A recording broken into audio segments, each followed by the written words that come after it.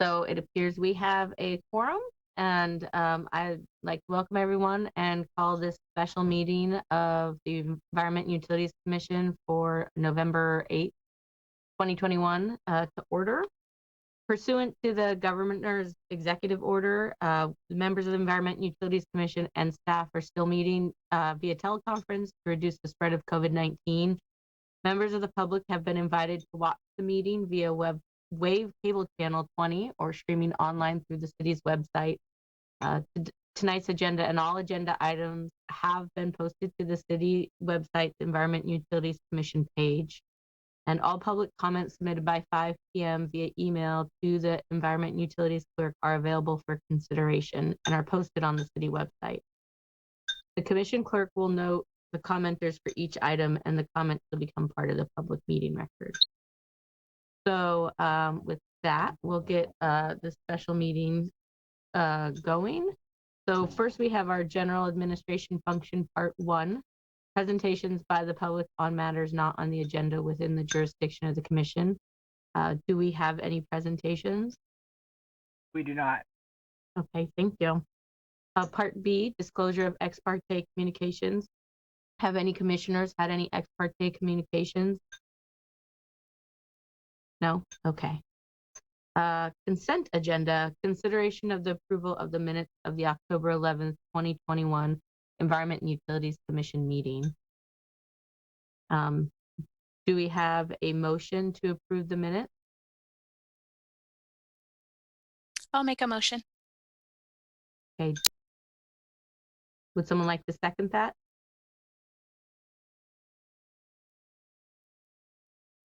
I'll second. All right, thank you.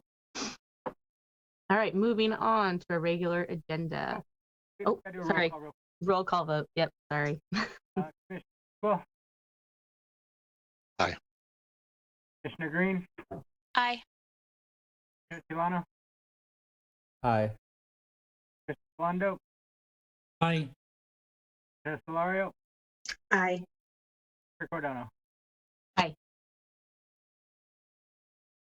All right, now to our regular agenda.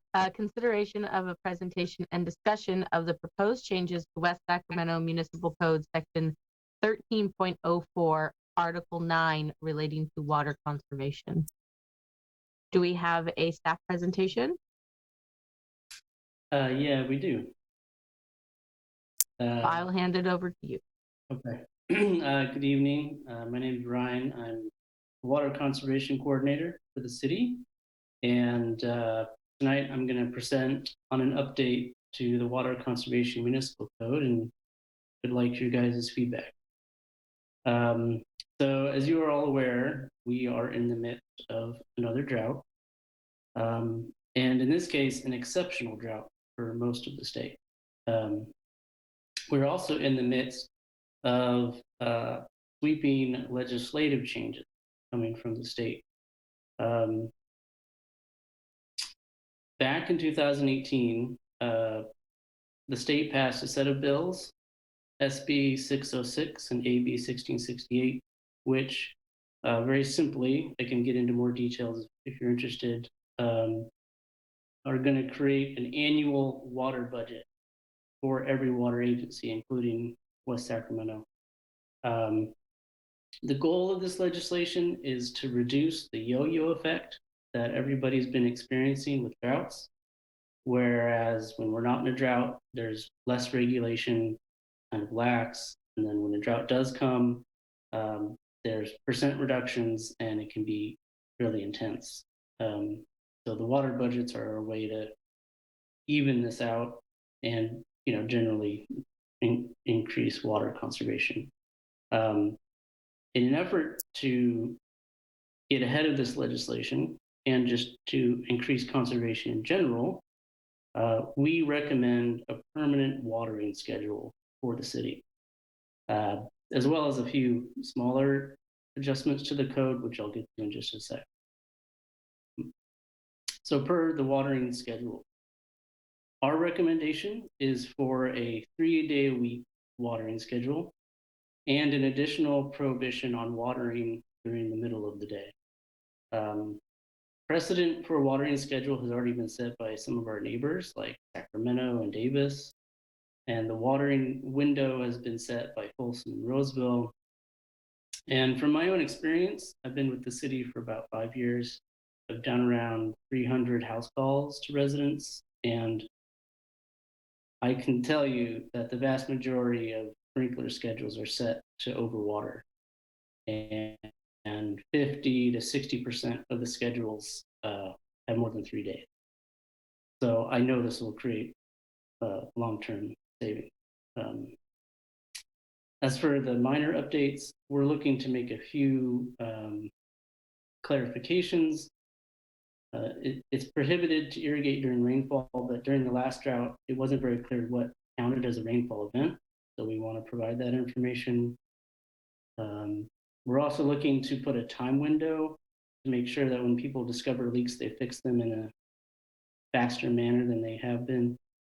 And lastly, we want to prohibit the casual hosing down of sidewalks. So the biggest thing really is the watering schedule, basically creating 3 watering days and a watering window, as well as some minor updates. That's basically what we're looking to do, and I'd love to open the meeting up for your follow-up question. Okay, does anybody have any questions or comments?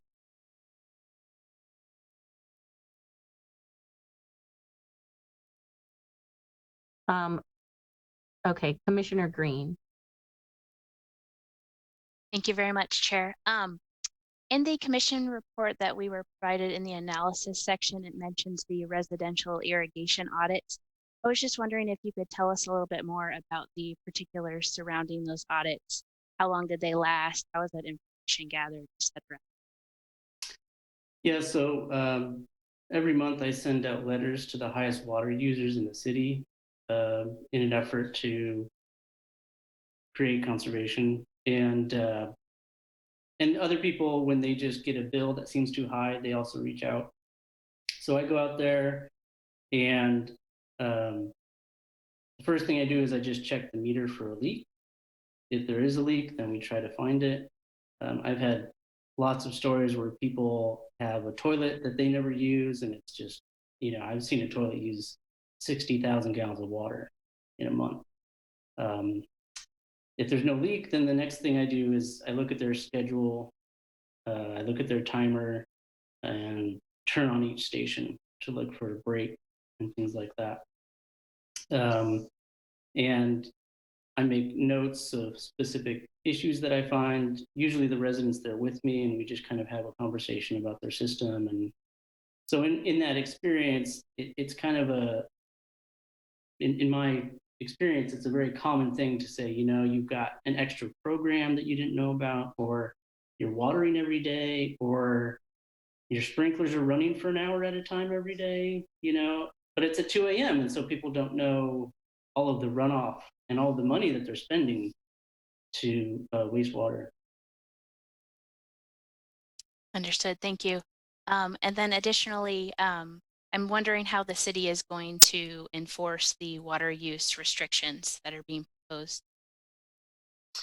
So I'm also the water waste guy for the city. So we would do our very best. I've already started working on updating our website. We would most likely print something and send it to every address. And it's a constant education thing. I mean, I remember, after the drought ended last time, even a few years after, people would still call and say, what am I watering?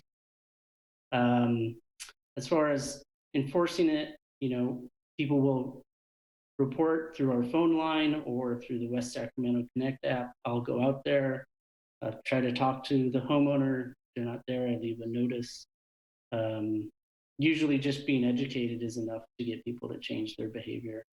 And one thing I'm going to try to do is I'm working on a special page on the city with a picture of each person's sprinkler timer and specific directions on how to change the days and time.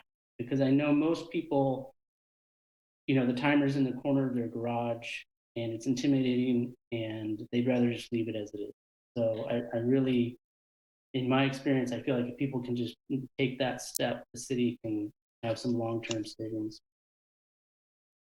Thank you. And then my last question, with all the work that the city has done on this issue, were there any additional opportunities that came to light with regard to possible ways we could expand the city's water conservation programs and rebates? I know there's a couple in the mix, but just wondering if there's additional options for property owners looking to make water efficiency modifications to their properties, things of that nature. I was kind of waiting to see what would happen with the drought. During the last drought, the state launched their big Cash for Grass program. So I wanted to see if they were going to do that again. It looks like they're not. When I do my house calls, I do offer free 10 efficient nozzles. We had a grant back during the first drought. I have noticed that it does, depending on the program we choose, it can be kind of a bear to manage. Like I have a smart controller rebate and it's very turnkey. People just submit an application, then you send me a photo. With the Cash for Grass stuff, it can get a lot more complicated. And, I think if we had additional staff, I'd be more open to something like that. But right now, it's not something that's on the table. Thank you very much.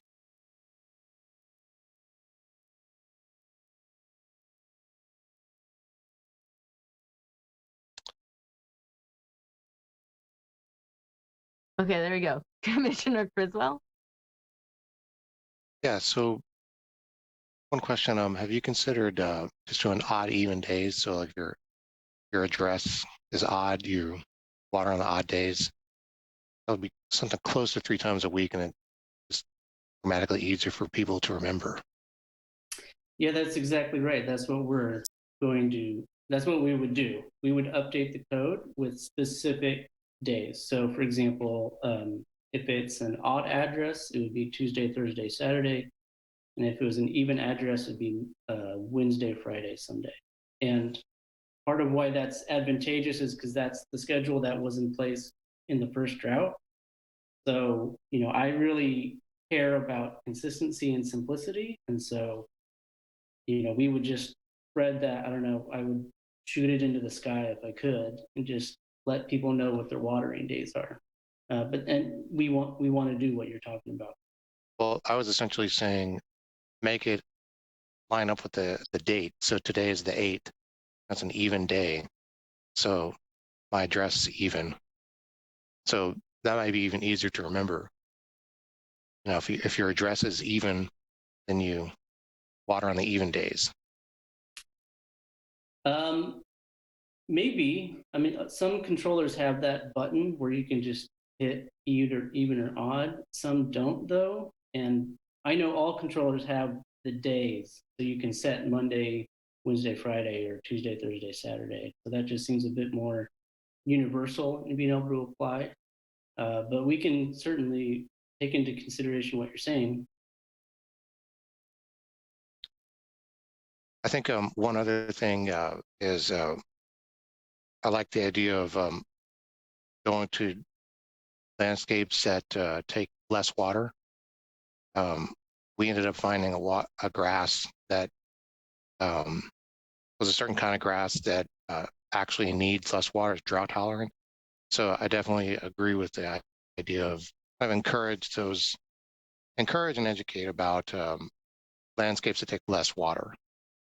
Because I think a lot of times people don't know they just have regular old grass and it's water hungry, so I think it's a worth continued effort. Thank you. Yeah, our regional partner, Water Smart, they have a web page, and one of the things they have is basically lawn alternatives to turf. So it doesn't even look like you're making a big change. Because a lot of people, I think, when they think of changing their landscape, they think they have to go from grass to like desert landscape, and they don't. They can find lawn that isn't as thirsty. So maybe that could be something we promote, is their website and those lawn alternatives. Sorry, I thought of one other thing that I remember about our sprinklers when they installed them. They were just wide open, so they have a little screw in the top of the sprinkler, at least most sprinkler heads, and you can dramatically affect the amount of water coming out. So I went to mine and just turned the screw down from where they had it when they installed it, where it was just wide open, just gushing out water. And it made a huge difference and pretty much eliminated the runoff into the storm drain. That's just another educational item we can do with outreach. Yeah, when we do these house calls, like I said, we give away 10 free efficient nozzles because, especially in the south part of town, all of Southport, that's really dense clay soil. So whether the people take the efficient nozzles or, I didn't really think of that. I could say, if you want to keep the sprinklers you have, you might consider turning it down a little bit. That's a good note. Thank you.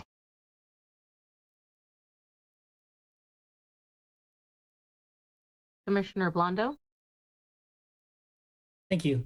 I brought this up at the previous meeting, the issue of the meters not being very accurate. So I think I made a public comment to this on the city council meeting where the measurement is the centicubic feet, which is within 784, 85 gallons, which is not very accurate because it doesn't give me fractions. So I think they updated mine, but I'm pretty sure that was just me. And if there's a whole bunch of other people with those same water meters, any efforts to make any improvements will be sort of bracketed by this generalized information about their water consumption within this centicubic feet measurement in whole increments.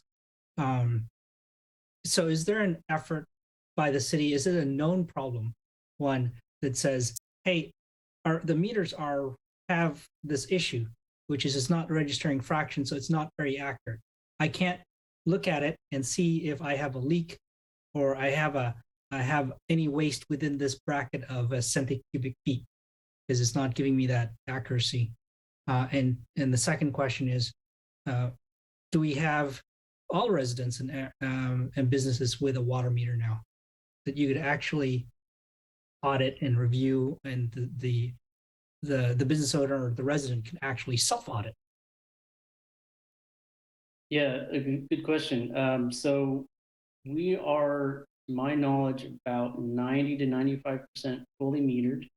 The remaining percentage are problematic meters that aren't working or areas that they just haven't gotten to yet. But we're almost there as far as having a meter for each connection. As far as having just 100 cubic feet or CCF measurement, I think it's a little bit of staggered. Like the first wave is just trying to get us metered. Once we're metered, I don't know the details, but I can tell you that when I do my house calls or when I look up use addresses when I go into our system, most of them are the single unit, like you're saying. But I'm finding more and more that have the decimal information. It's not just the 100 cubic feet. I mean, I can reach out to the water meter team or utility billing and get some more details as far as what their goal is. I think right now the main goal is just to get that 90 to 95% finally over to 100. And then I think after that, the next goal would be to increase the quality of the metering. And then I think you said something about people being able to self-assess. The utility billing team is preparing in next year to launch the portal for people to be able to log in and see their water usage. So it's not ready yet. I'm helping them with some of the language, but the goal, to my understanding, is sometime next year to be able to inform the public that if they want, They can create an account, log in, and actually see their own usage, which I think is amazing. That way people can check for leaks, because, one thing that is hard for me is I send out these letters every month, and people reach back to me and say, they get it maybe halfway through the following month. And they're like, I've got this huge leak and I'm just finding out about it now. And so our goal is next year to launch that portal so people can be more up to date with their usage.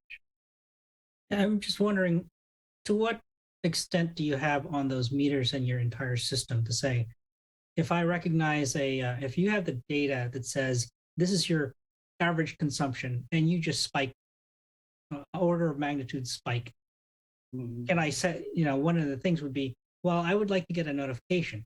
It's sort of like with your bank account. There's a certain threshold.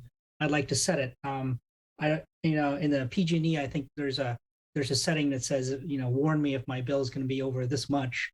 So those types of settings are very powerful in notification, and might contribute to, and not just because you're looking at the high use people, but even people in the middle that went from, some baseline lower to double that. If you have enough of that, the total might exceed those top users as an aggregate.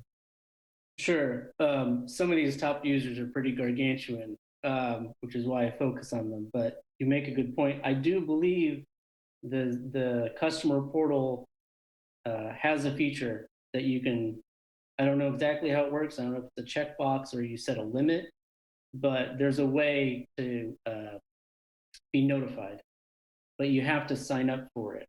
That's going to be the big hurdle, is the outreach and the education and getting customers to sign up. But once they do, I think they can be notified if there's a spike.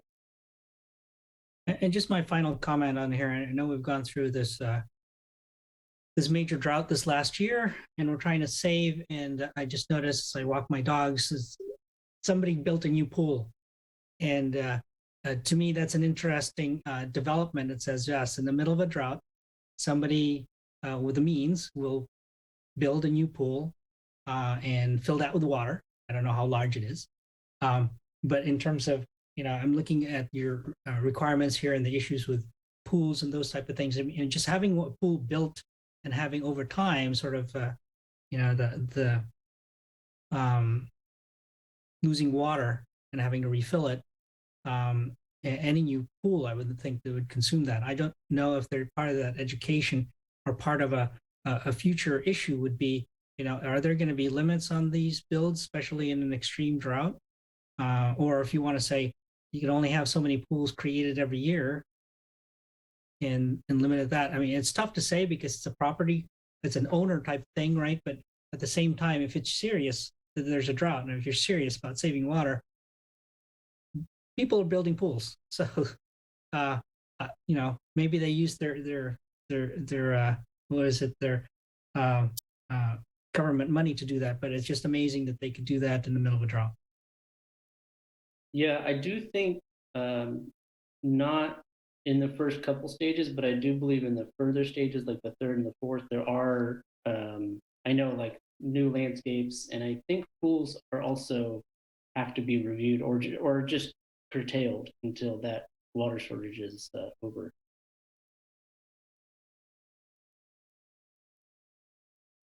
Thank you. So I have a couple of things to note about enforcement questions, I guess. So you said that for people with large leaks, they might be getting a fine or something like that. I wanted to know if that's going to be more of a progressive enforcement. I asked this because as a homeowner of an older home in Westfield Village, I find that it's all or nothing with the city. And, I either have them work with me and be like, oh, I'm sorry that you have this old home and that's just the way of it, and then we'll help you along. Or I'm sorry, you bought an older home, that's your problem that you didn't know about, something that needed to get fixed. And so now we're not gonna give you permits or something like that. So it's a big headache when you have to do that as a homeowner. So if, say, somebody bought a home and they didn't know it had a leak, and they suddenly find out, because your department notifies them, Are they going to get a enforcement letter immediately, or are you going to say, hey, you got, like you've been doing, it sounds like with the pilot program, say, hey, you have this leak, let's work with you to figure out how to make this right? Because I feel like as a homeowner that heavy-handedness aspect, like when the city works with me, it makes me go, oh, this is great, and I want to comply and do everything I can to help with the city. But then when they're super heavy-handed, I'm like, well, what's the point? I'm still going to do it because I'm a responsible homeowner, but I know that there's a lot of other people who wouldn't. Somebody might be like, oh, well, I'm not going to fix it, or I'm going to take the city to court because they didn't warn me of this or something like that. So that's kind of my concern with enforcement, that you're going to get, I don't know, homeowners are going to get penalized because of, maybe just an old system that they weren't aware of or something like that. Yeah. So I guess the first thing I'd say is when I do my outreach about high water users, there's no penalty involved. And when we're talking about fixing leaks, currently my methodology is I need to be able to take a picture of it. And then we go from there.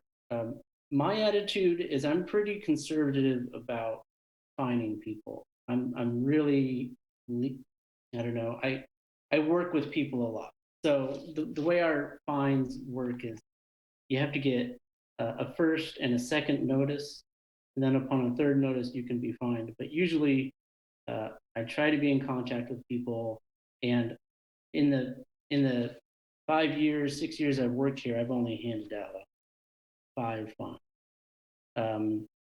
Something else is, I believe last year the city launched a leak adjustment credit, so that if somebody does find a leak, usually through their bill or getting a letter from me, they get credited back up to $500 on their future utility bill. So our goal is not to penalize people or to fine people, and like I said, it's not really a tool that I use except in kind of when people are really dragging their feet. That's where I step in with the fines. If people are just busy or whatever, it just takes them time. I care about the city having a good reputation, and I think to your point, being heavy-handed, finding people quickly,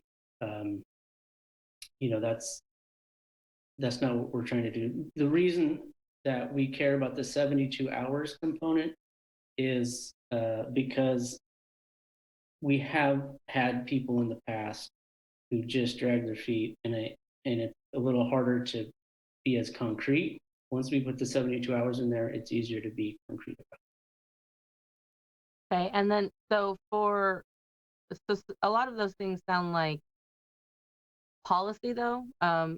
So you put it in code and that's important, but does the division have a policy set down, to kind of outline that? Because what if you're not there all the time and somebody else comes in and they take it, code for word? I mean, generally you want to have those as a backup. And so I think that just as a recommendation as a homeowner, and like I said, I've had two sides of the city. They 100% work with me, they're great, we work together and get the problem solved, and then I've had 100% no cooperation.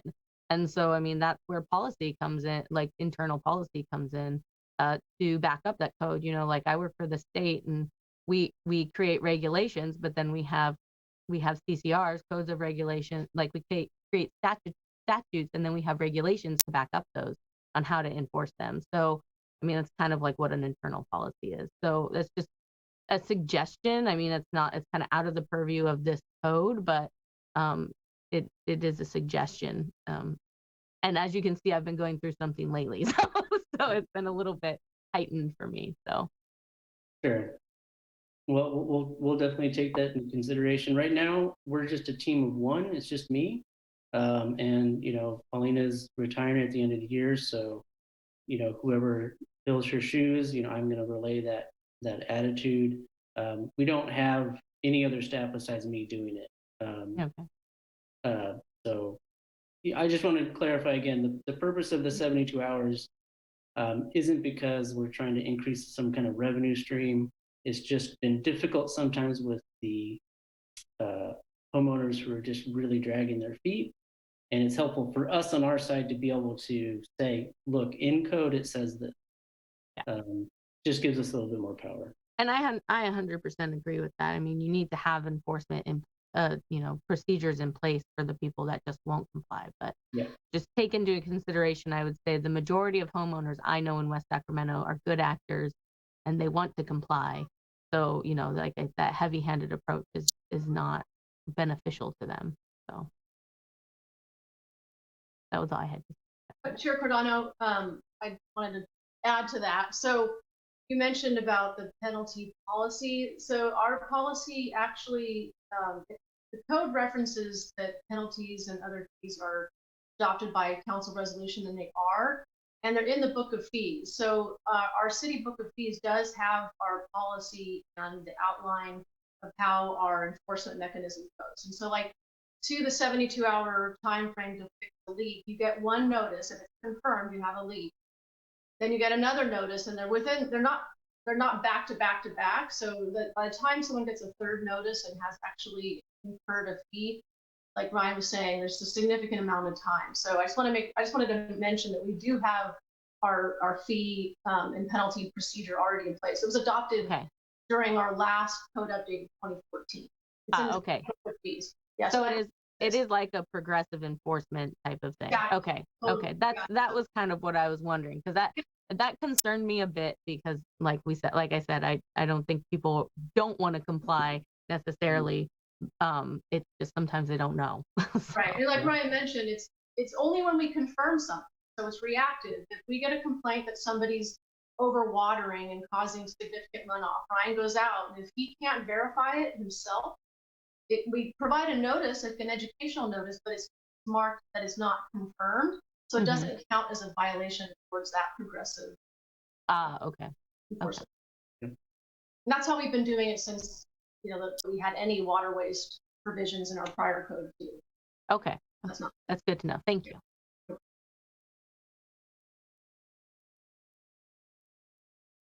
Commissioner Criswell. Just from something that was said, what would need to be true to have more staff? Because it seems like for one individual to kind of police the whole thing is a bit of a resourcing bottleneck. Is that the normal level of staffing, or is there a temporary kind of shortage, or what's how do I think about that? Can I take that, Ryan? I can give a little more history on the. So when we had water conservation staff up until the last recession, at which time there was retirements and things like that and budget cuts. The last drought actually created a position where Ryan was hired, and that is the intent, to keep Ryan. And we will have a water conservation person at all times. We can consider, and we may need to, as we move forward into rate studies, whether or not we need additional staff for enforcement and outreach and education. We are a reactive position, not proactive. So we're not out patrolling. So, even during the last drought, one staff person was enough at that time to manage the number of water waste complaints and investigations we had. So there's always an opportunity if we see that the staffing level we have now with these code changes, or even moving forward into that other legislation that Ryan had talked about, we can consider that through a rate increase. That's the only way we can fund staff, is through utility rates in this type of position. So it's always an option to consider that if we see the need. It has to be passed, obviously, and accepted by the council, but that's always can be considered as part of the utility stuff. And I can attest for myself, like Paulina said, I'm not jumping in my water cup car and, driving down every street. It's a responsive thing. And, the amount of complaints, rises and falls with the weather. So during the summer, there's more, but during the winter, it's very manageable. So I find that so far it doesn't feel like a bottleneck, but if we do get to that point, we'll certainly consider that. Thank you. Commissioner Blondo. Yeah, I think that was to echo the point of the enforcement and the the visibility, I guess. That's why I was suggesting looking at the meters. And if you have a robust system, you can just get the data and and you can determine how to drive that data to say you've got X, thousands of houses that have peaked or increased, and the net increase is this much, and it is a big deal. And if you have that, that'll make life easier. Then you could address those. And if you have a notification scheduled with those folks, have them be notified whatever means normally via, if it has to be snail mail, it has to be. But if they have their email, if they have an account or anything there, you could let them know. And actually, I would suggest if they're setting up an account, you ask them where a phone number they could be reached or texted, and have the system text them. That would be the most efficient to say, hey, did you know that you have an excess leak, or you're starting to use more than you normally do? So that would be great in terms of helping without truly increasing the budget and not having to have, I know people like to FaceTime more, but in this case, with so many thousands of homes, you probably need that. And some people will appreciate that. And one other comment, as I look at my own usage and my own needs, one of the things I would like to have somewhere, and the city can help, is just like, I want to go to this drier front lawn or drier lawn. Do I just approach any landscaper, or is there a list, or is there a recommended steps I do to that? Because then I'm assured that perhaps the city or somebody else vetted them. I don't have to worry about, okay, is this a reputable company? Is it more than an estimate? And that would save me a lot of time getting a variety of estimates, and said, okay, if they do that, and then perhaps that whoever those folks are, one of them can provide a self-help thing. If you want to do it yourself, here's the step-by-step instructions to do it. That would help tremendously. Yeah, so something I run into a lot is people ask for a recommendation for a landscaper. And as a city employee, I can't say, go with this person or that person. So the Regional Water Authority and a few other partners worked on a certification called QUEL, which stands for Qualified Water Efficient Landscaper. And it does exactly what you're talking about, because there's a lot of landscapers out there who their job is very simple. They just keep the grass green and they mow the lawn, and they don't have a lot of expertise. And a lot of people depend on them, and they just have a certain ceiling as far as their education. So this website, which is quel.net, QWEL.net, is a more refined list of landscapers who've done the work to go through an extra certification process to illustrate that they know how to help people convert to water efficient landscaping. So that's what I tell people when they ask, and I'm doing a house call. I'm ready to change my grass. How do I do it? Because it's a scary thing. So that website is one way that we do it, and there's other ways as well. But I think does that sound like what you're looking for? Yes, that definitely would help. And then again, the data driven approach, definitely I would highly recommend that. Pay up front to get a good system and save yourself a lot of headaches in the future. And then you're not having to be the bad guy. The system's the bad guy. That's always the best thing, right? Yeah. All right, Commissioner Cellino. Thank you, Chair. I guess first off, I just want to say I'm very supportive of the changes that you're bringing forward. We're in a drought. We've had some rain, but we are very solidly still in a drought, and we're going to need a really good rainy season to get us out of the current drought. With that said, I think with the implementation of SB 606 and AB 1668, there could be more changes coming. And so, I think it's hard to know what those changes will be, but I think, that's probably a discussion that we'd love to be engaged in, to talk about what other ordinances could potentially help the city to have lower water use. whether it's particular requirements on new developments. I think there's ways, I brought this up in a previous meeting with the implementation of SB 1383, which I know the city is thinking a lot about. What do we do with all the mulch and compost that the city might have to procure? Maybe mulching people's yards for a very low cost could be a way to kind of dovetail with this work that you're doing now. And it's only as good as the education, right? And I think in addition to educating the residents about these changes, I think resources like you just mentioned, including that with that educational material, is really helpful, so that the residents can say, well, we think we're doing a good job, but how can we do better? And maybe it is landscaping changes or other factors. So any way that we can potentially help with education, also happy to help think about those things too. Yeah, I was talking with Paulina today. It is a bit awkward to be moving forward with all of this stuff, and we just got a whole bucket of rain. But the analogy I use is, it's like we got a field goal, but we're still down by 50 points. So as far as education, absolutely. Something that I have been working on is, when I do these high use letters and I reach out to people individually through my house calls, I really believe in that. I think it's valuable to get one-on-one attention.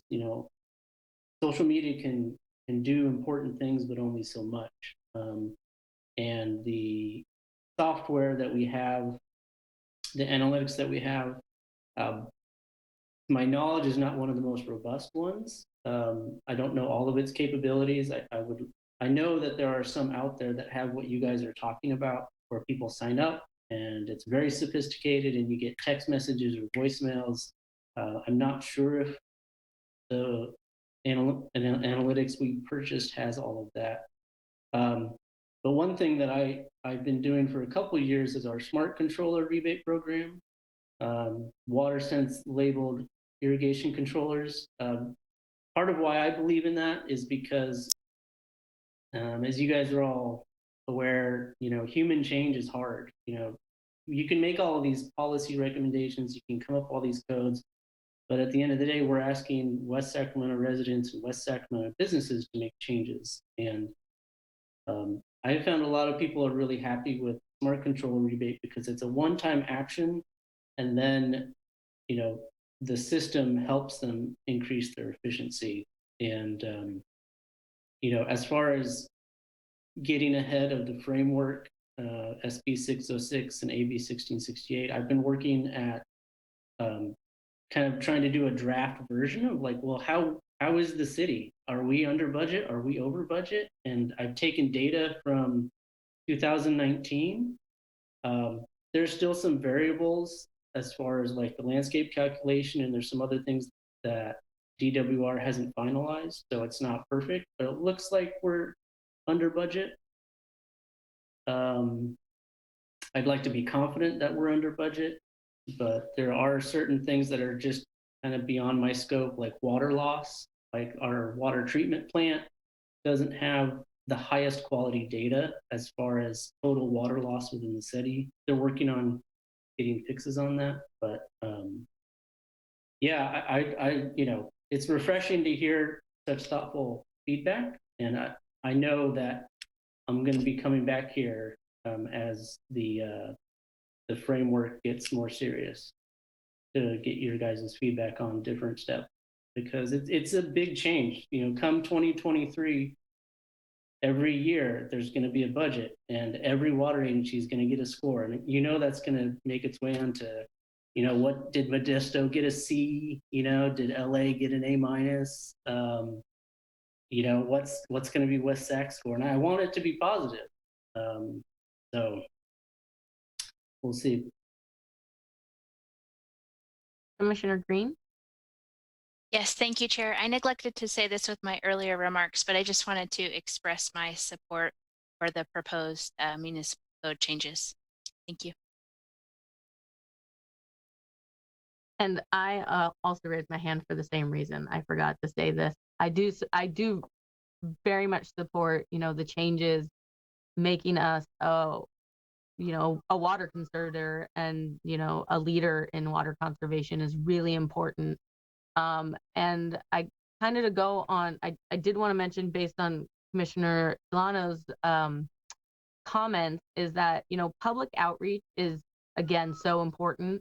The problem I've seen in the past with the public outreach is a lot of that you see through like the flyers in your utility bill, which I just barely ever open, like, because I have it on auto pay. The only person I know who opens them is my mother. And so, I know that there's only so much outreach you can do on media, but I would say, I myself am kind of a casual social media user, but I get a lot of my information on the city from their social media posts. I go, oh, what's going on, and I'll go and check it out, but I don't often see stuff on the water side on social media. So that might be some place to focus to kind of get the millennials and down below to be paying attention, because we don't open our mail. So we don't have a lot of hard mail. We don't open it. So it's just kind of a suggestion, because that is it's going to be so important. And I know, we have really good commissioners here, and they're going to give outreach to the city, and that word of mouth is going to be important. But I think, just expanding that outreach, because I think a lot of people don't even know about, I've talked to some of my friends that didn't even really know about the reductions that we have in place. They've kind of heard about there being a state reduction, but they didn't know specifically how much they were supposed to reduce their water and things like that. So any way we can get that word out would be helpful. Great, thank you. All right, Commissioner Solorio. Thank you. So my questions are more like procedural, just from my lack of understanding. Can you, Ryan, perhaps like help me understand? We're updating the municipal code, but when I was reading, it was like these rules already exist. I know we're tweaking some, making them a little more strict, but they already sort of exist in the code. And then we got the attachment with the strike through, but I really didn't see any strike through. I saw like a highlighted word and then some live links to code. Am I opening that wrong? I really didn't get a strike through. So can you help me understand how we're actually updating the code? Yeah, so the biggest change is the watering date. So right now, there's no restriction on how often you water and when you water. So we would update the code to require people to water on specific days, and also prohibit them from watering between 10 a.m. and 7 p.m. Yeah, no, I see what the changes are meant to be, but then when I looked at the code, the attachment, Mm-hmm. all of that's not new, right? No. Because even in the memo, it says for the first bullet, I think it was fixing the leaks or faulty irrigation. It says that in addition, was it that one? No, maybe it was hosing a sidewalk. One of these, it says, although it's already included in the city's municipal code, in addition to aligning with the state proclamation's requirement is being added to the section code. So it's included already, but it was being added. I'm just a little bit. Yeah, so I think you're referring to in our stormwater code, in municipal code, you're required to fix a leak within 72 hours of discovery. But in our water conservation code, it's not listed as 72 hours. Okay. So this just makes that clear, and it gives me a little bit more, like I said before, power to say, it's not just whenever you like, we've got to start this process of 72 hours. The hosing off of the driveways, that's also not in our code. It's a little confusing because it is in our water shortage stage. So during the drought, you couldn't do it, but then once the drought was over, it wasn't in our code. So that would also be an addition. So I'm sorry if it's confusing, it's not clear what's being added, but those are. I mean, it is what's being added is laid out there very clearly, but when I looked at the attachment, I couldn't really see it in there because I didn't see any strike through, and the links to other sections were there. And I didn't know if I was supposed to focus on that, like go to the jump to those other sections, or that I would find all of the proposed changes within the attachment. What she's talking about, Ryan, is the attachment. For some reason, I didn't notice this until I just saw it on the website. What we had initially as attachment was a strike through, like a red line version. But what was included there with the report, I didn't know that this was happening. It's a clean version, so you can't see strike throughs, and that's what happened. Sometimes Okay. or somebody changed the markup. It might be in simple markup. So when it was PDF'd, all of the reds, so yeah, that was a error there. I didn't catch that when we posted that. Can we make a note to get that changed so that the public can see the redlined version on the website? Yeah, it will show what's new, right? What's new and being stricken. Right, right. The red line. That's what she means by red line. Thank you. Thanks. All right. Yeah, good catch. I didn't even notice that when I read it.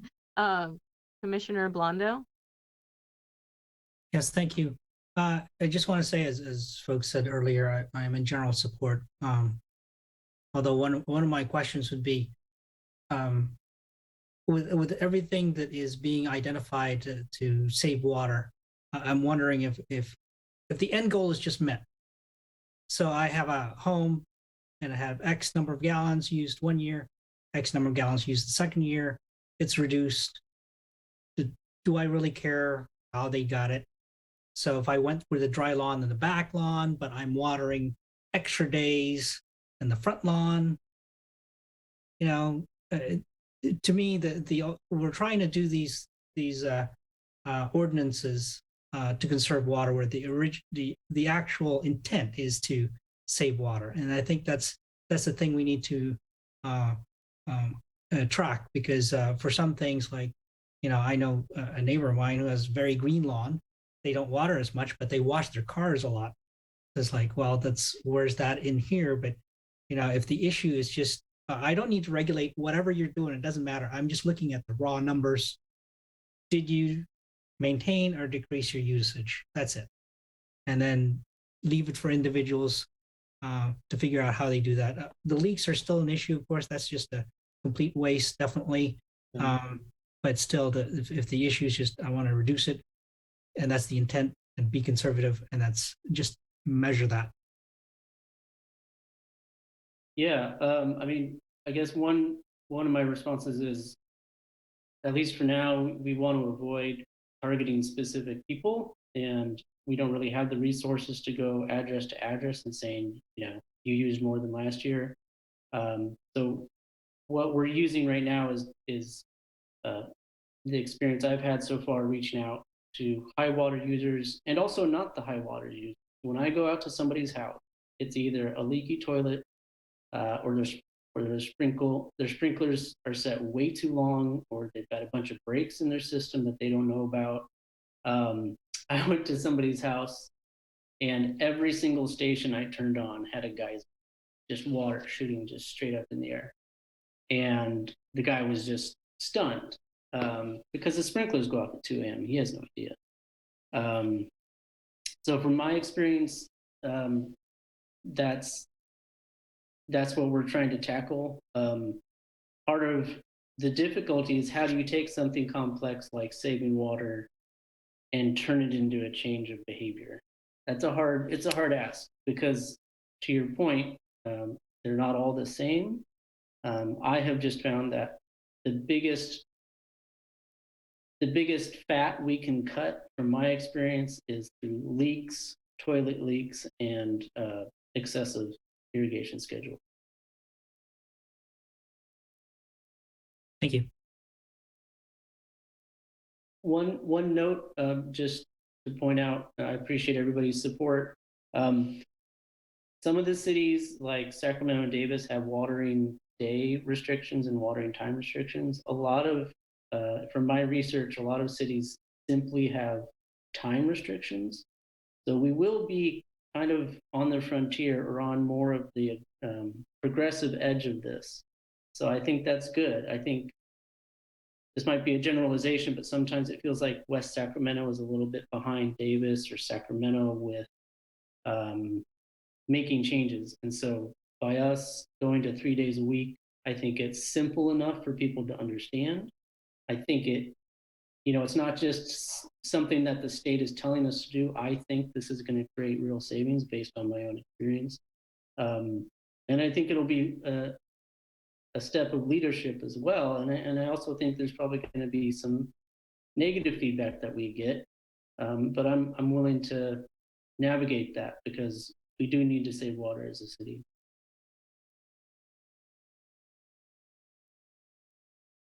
Commissioner Solorio? Thank you. Yeah, a couple more comments.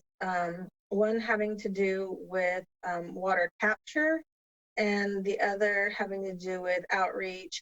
I'll start with that one. Maybe Paulina, you might be best to answer this. Does the West Sacramento have in the past non-COVID kind of like city government fair day type of thing where, City Hall opens and the different departments who really want and need outreach have little like booths and fun for the family, and if there isn't anything like that, that could be something fun to get the community out to get to know the different departments and the key messages that staff are trying to get out in a fun family activity. The other thing is water capture, Ryan, how that might fit in. We talked about some of the like incentive, maybe possible rebates or some incentivize somehow water capture in the homes. I know I'm really interested in some sort of barrel off the spout type of thing to for I guess that would be considered gray water, right? For landscaping.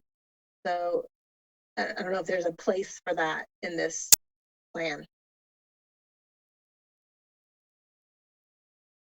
Yeah, so a couple of years ago, we had a few rain barrel workshops. There was a guy that we worked with. If you attended the workshop, you'd get a rain barrel and a kit. From what I've found, most of the people who attended those workshops were like the highest water savers in the city. So it's, that's also kind of what I found when I started doing a lot of workshops is the teachers were amazing. The people who came were great, but like in a certain way, they were the least interesting people for me for my job. Like they knew the gospel. They needed to go preach it. And so that's kind of what I found with the rain barrel workshop. It was good. It's always good to do anything.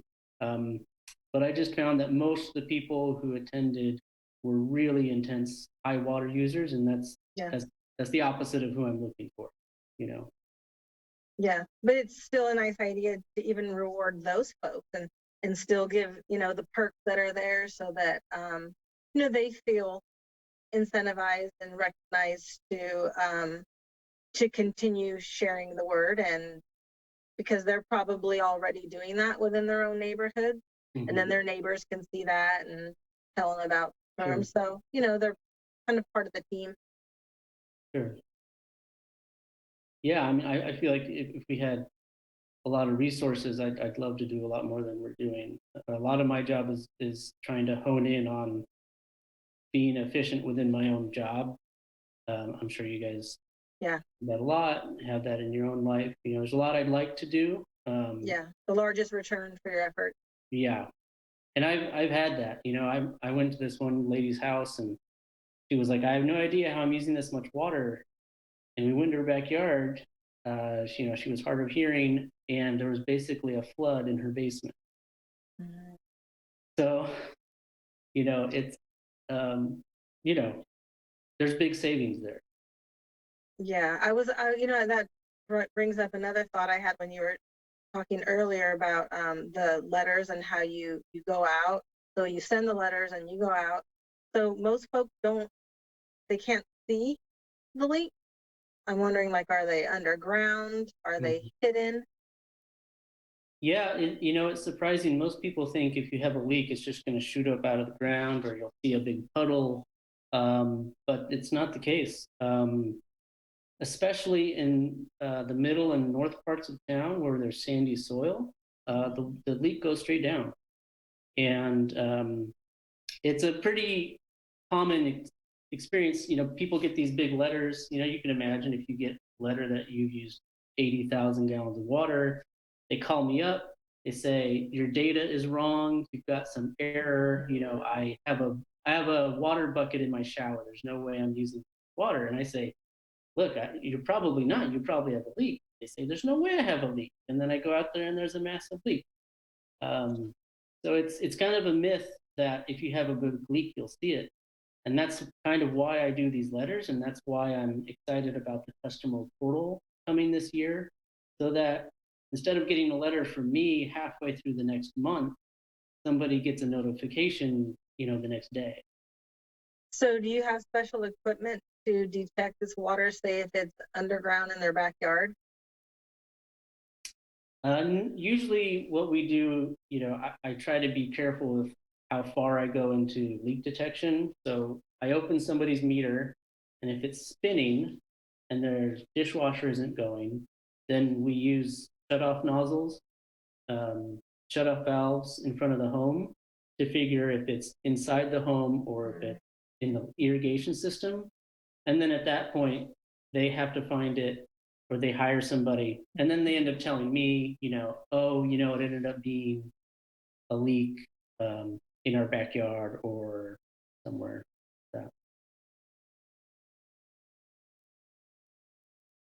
Thank you. I'm also very supportive of any water conservation effort that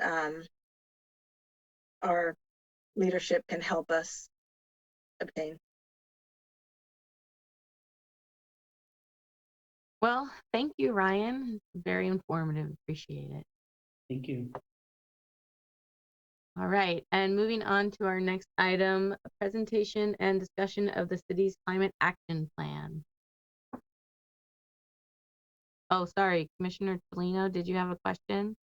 Sorry, I just was wondering if the clerk could tell us, this was noted as an action item on the agenda, and I was wondering if we're supposed to make a recommendation up to the city council about this item. We didn't have anything listed. I mean, and it was marked as an action item, but I don't think this requires a vote. You could move to, I apologize for that. It wasn't 100% clear. What we're looking for, and you verbally mentioned this individually, is support of these items moving forward to council. So you could move to support that.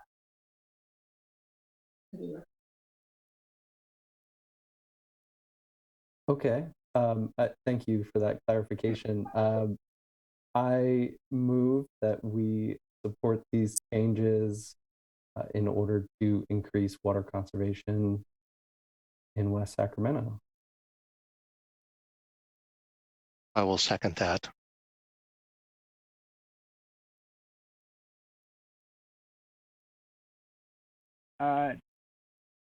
Commissioner Chilano? Aye. Commissioner Blondo? Is there any discussion? I do want one brief discussion on it. I just want to say that I would say aye, but I want to make sure we get a future visit from Ryan here regarding our suggestions and what has happened to those suggestions. Just to clarify, are you talking about suggestions to the code changes or more programmatic and implementation? Well, we provided a whole bunch of ideas and suggestions here, and just a future presentation to say what has happened since. I will approve the motion, but I want that also those ideas in consideration.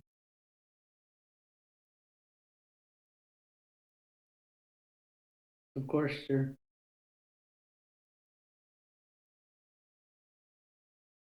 So are we changing the motion?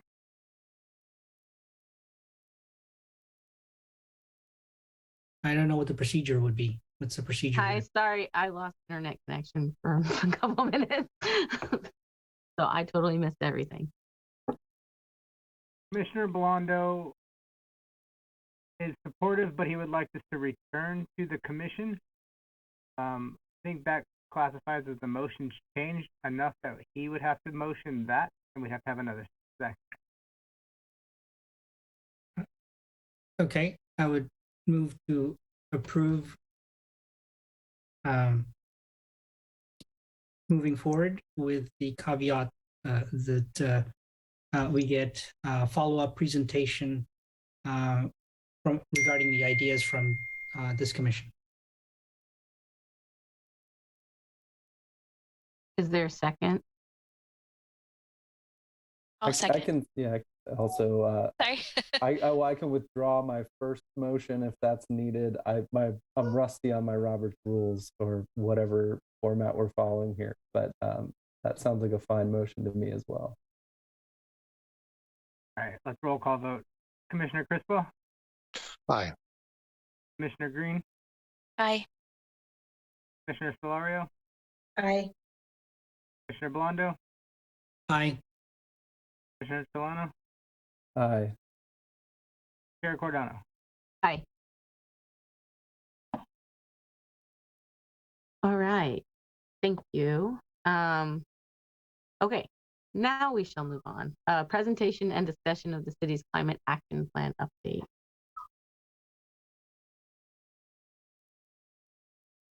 Yes, good evening, Chair and members of the Commission. My name is Seamus Slaffy, and I'll be presenting this item tonight. It is only a presentation, so I'll wait for the clerk to pull up the PowerPoint here. So I'm an associate planner in the city's planning division working on the climate action plan update, along with the project lead, David Tilley, who is also on the call tonight. Next slide.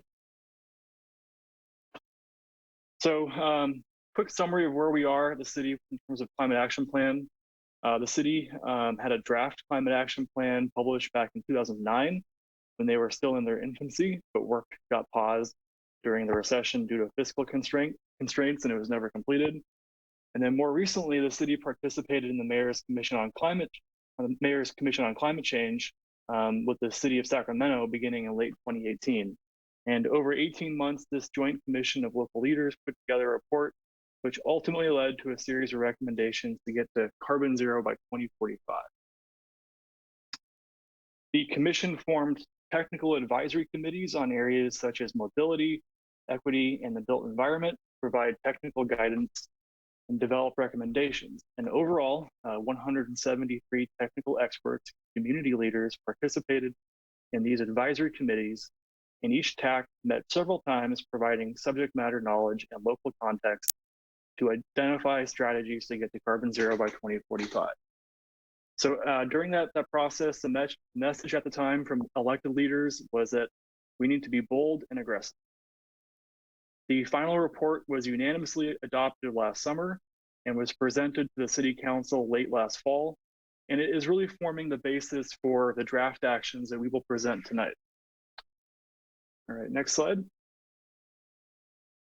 Oh, next slide.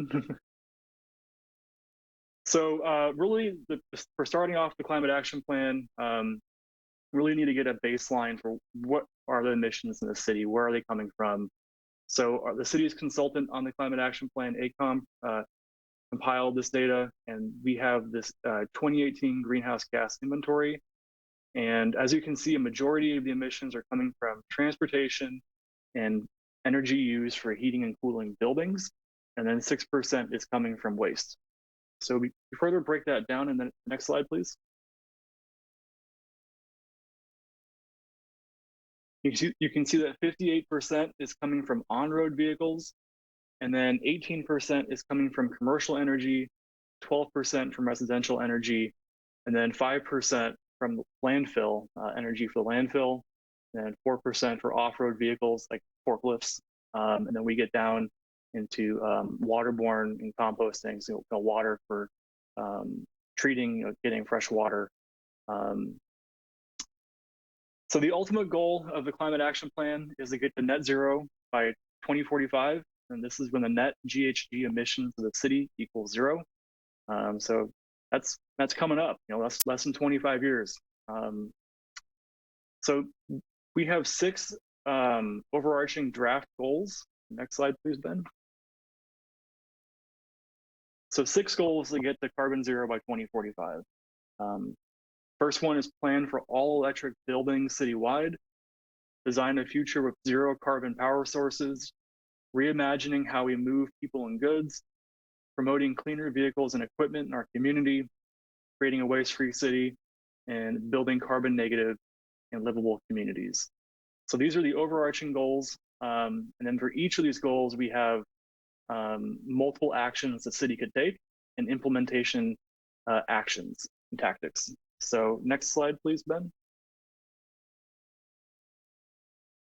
So as we go through these goals and actions, I want the commission to be thinking about what are the barriers to achieving these goals, and what tactics can the city take to ensure that these actions are successful, and what else should we consider when planning to implement these actions. Next slide.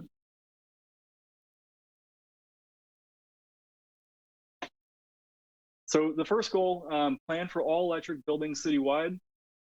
And we have multiple actions identified. The first one is develop and adopt building electrification code requirements and incentives for existing buildings. Establish energy performance standards and GHG emission limits for existing commercial buildings. Create a home energy audit program and minimum efficiency thresholds. And mandate all electric new construction to eliminate fossil fuel use. And then the other goal is design a future with zero carbon power sources. So incentivize local solar photovoltaic systems and enhance energy storage, and promote participation in community solar programs, and also enhance utility coordination or evaluate community choice aggregation options that provide access to carbon-free electricity and building efficiency / retrofit rebates and funding. So as you can see in the emissions profile of the city, about a third of the city's emissions come from energy used for heating and cooling buildings. And a lot of that is coming from either natural gas for heat, or if it is electric, it's coming from non-renewable sources. So that right there is a great way to reduce the city's emissions. Go all electric and make sure that that electricity is coming from renewable sources. And for example, there are power providers in the area that are making that switch. For example, SMUD recently announced that by 2030, all their electricity will be renewable sources. West Sacramento being PG&E, I'm not aware of them having made that pledge yet, but that is something that will definitely need to be occurring for the city to get to the net zero by 2045. And next slide, Ben. So the next goal, I'm skipping over the transportation related goals here because we took that to the Transportation Commission. So really trying to focus down on the buildings and energy, and then also waste. So this goal, create a waste-free city. Actions the city could take is expanding food recovery network to collect edible food from businesses, and expanding the commercial and multifamily organic waste programs. And then the other goal is building carbon negative and livable communities. And the actions we could take are developing and implementing an urban forest management plan or urban forest master plan, and evaluating carbon removal opportunities from industrial processes and direct air capture. So one last thing here is all these actions and goals are still malleable. These are draft actions and goals, and we will have all of these on the city website here shortly. They're still being refined, and once we get the input from all the different commissions, they'll be refined even more. And then once that's complete, we'll put it on the city's website for public input. So for each goal, we have an action, multiple actions. And we also have implementation and tactics. And we also identify equity, potential equity issues, and then also equity solutions. So we have an example here, the next slide. Ben, can you go to the next slide? Actually, first we'll get into how does a lot of these goals and actions they have co-benefits. So for example, planning for all electric buildings citywide. How does it help the climate? It reduces electricity and natural gas use, which reduces GHGs.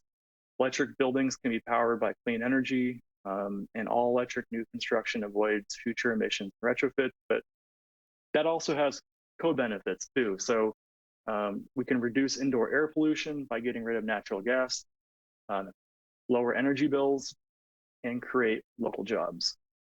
And then for the goal for designing a future with zero carbon power sources, how does it help the climate? Reduces greenhouse gas emissions associated with electricity, and it also creates new jobs in solar, and it enhances resiliency with local energy sources. Next slide, please, Ben. And next slide. So these ones also have co-benefits as well. For the goal, create a waste-free city. How does it help you? It improves food accessibility and creates local jobs. And how does it help the climate? It diverts waste from landfills, reducing the GHGs from decomposition. And last one there, building carbon negative and livable communities.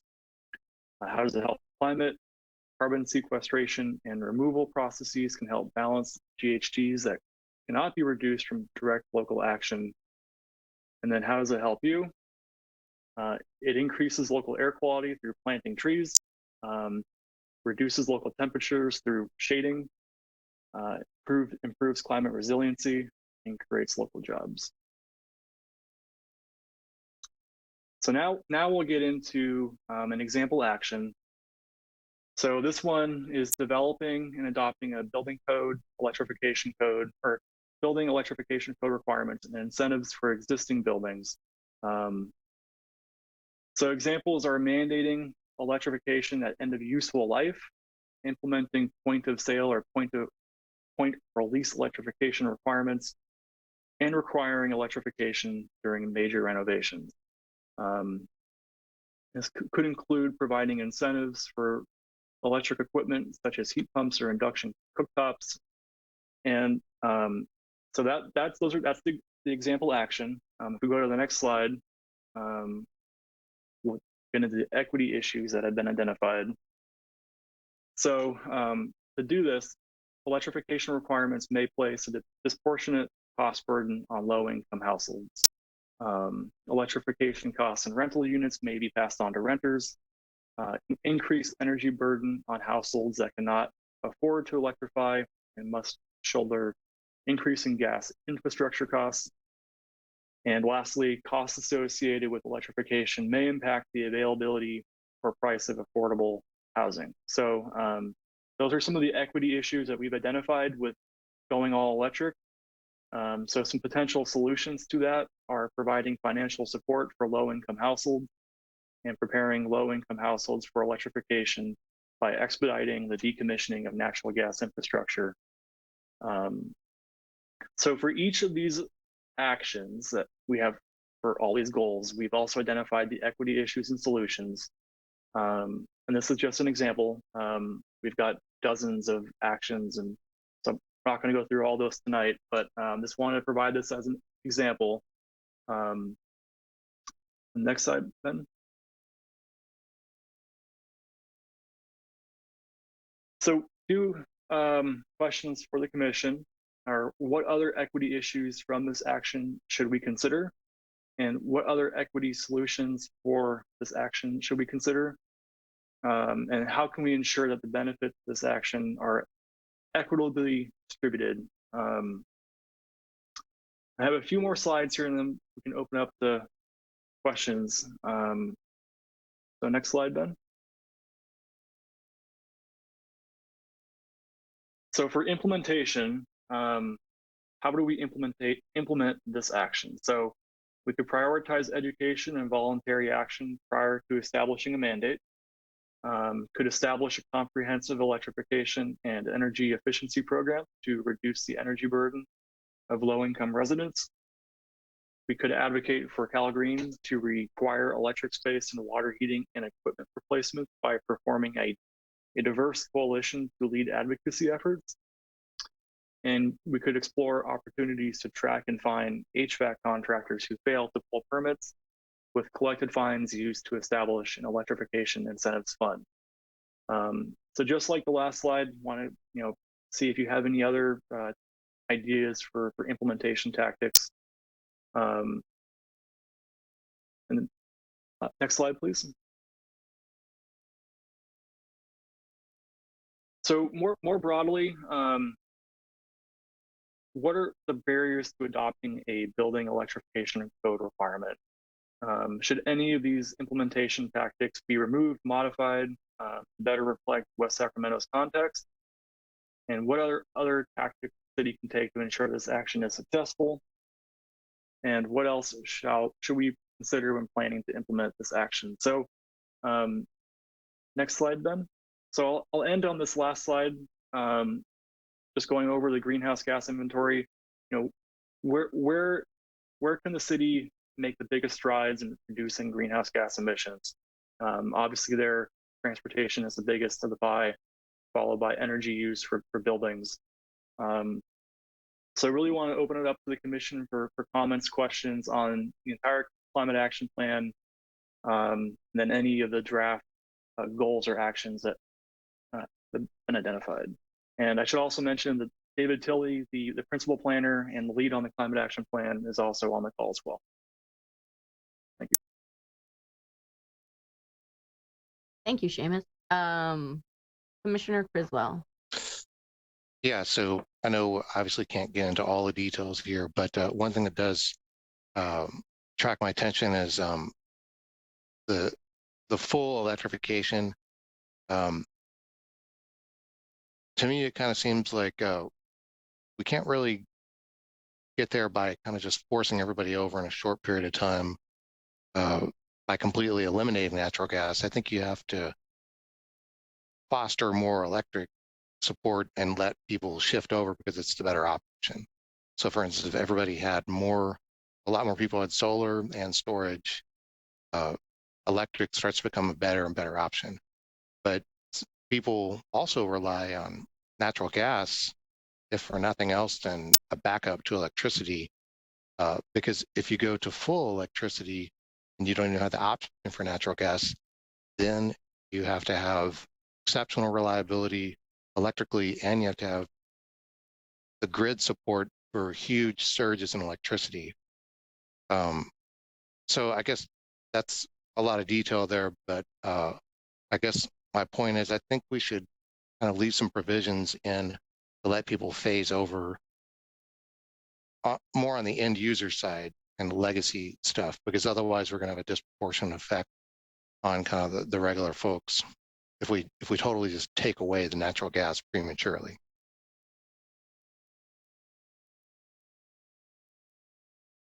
Does that make sense? I know I said a lot there, but Yeah, that makes sense, and that's definitely been the question in regards to what happens if power goes out for a period of time, like what happened in the most recent storm.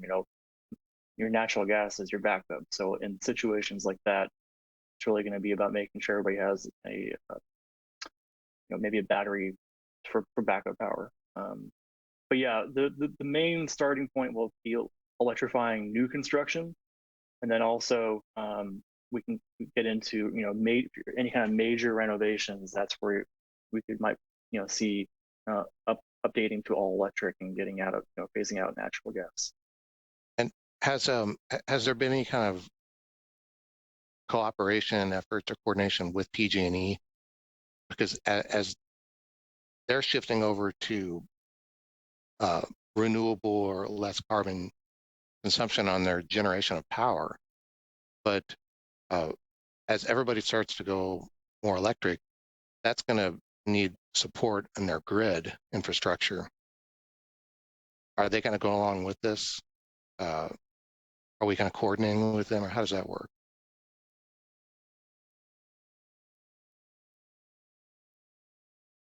Yeah, that's a really good question. I see David here hopping on the call, so I don't know if he was meaning to. Yeah, I was going to help respond to that. The answer is yes, and but we're also concerned about PG&E's ability to help us in this regard. During the Mayor's Commission on Climate Change process, the SMUD perspective on things and the PG&E perspective things were very different, and also the incentives that SMUD offers are extensive, and PG&E's offerings are much less so. So it remains to be seen if PG&E will be able to help us get there or not. It's partially why the mayor, one of the main recommendations that came out of the Mayor's Commission was that commission, which is made up of people from all walks of life, would actually help advocate for West Sacramento moving to a more climate-friendly utility. And a lot of that came out of the incentives that SMUD offers, because this needs to be incentivized to the max. This cannot be a fully regulatory, top-down kind of thing, especially for our lower income and most vulnerable residents, as you mentioned. So you raise a very good point. And I can recall being in a meeting with PG&E several months ago now, and I think it was sort of in the aftermath of the storm we had last winter, where the power was out in the State Streets area for 4 or 5 days, whatever it was. And so we were asking them, and I was asking them specifically about, okay, well, we know we need more people to move toward electrification. We need people to be able to have electric vehicle charging at their homes, things of that nature. So what I asked them, well, so what are you guys sort of doing to plan for that very near-term future? And I got a lot of sort of blank stares. So that was not encouraging. So it remains to be seen if we will be able to get there with PG&E, and we certainly hope so. Because switching to another utility is no small feat. But I know that when SMUD is on the front page of the paper talking about going carbon neutral by 2030, and PG&E is saying they're thinking about it, that's a clue to me, at least, that things might need to be different if we're going to be able to get there.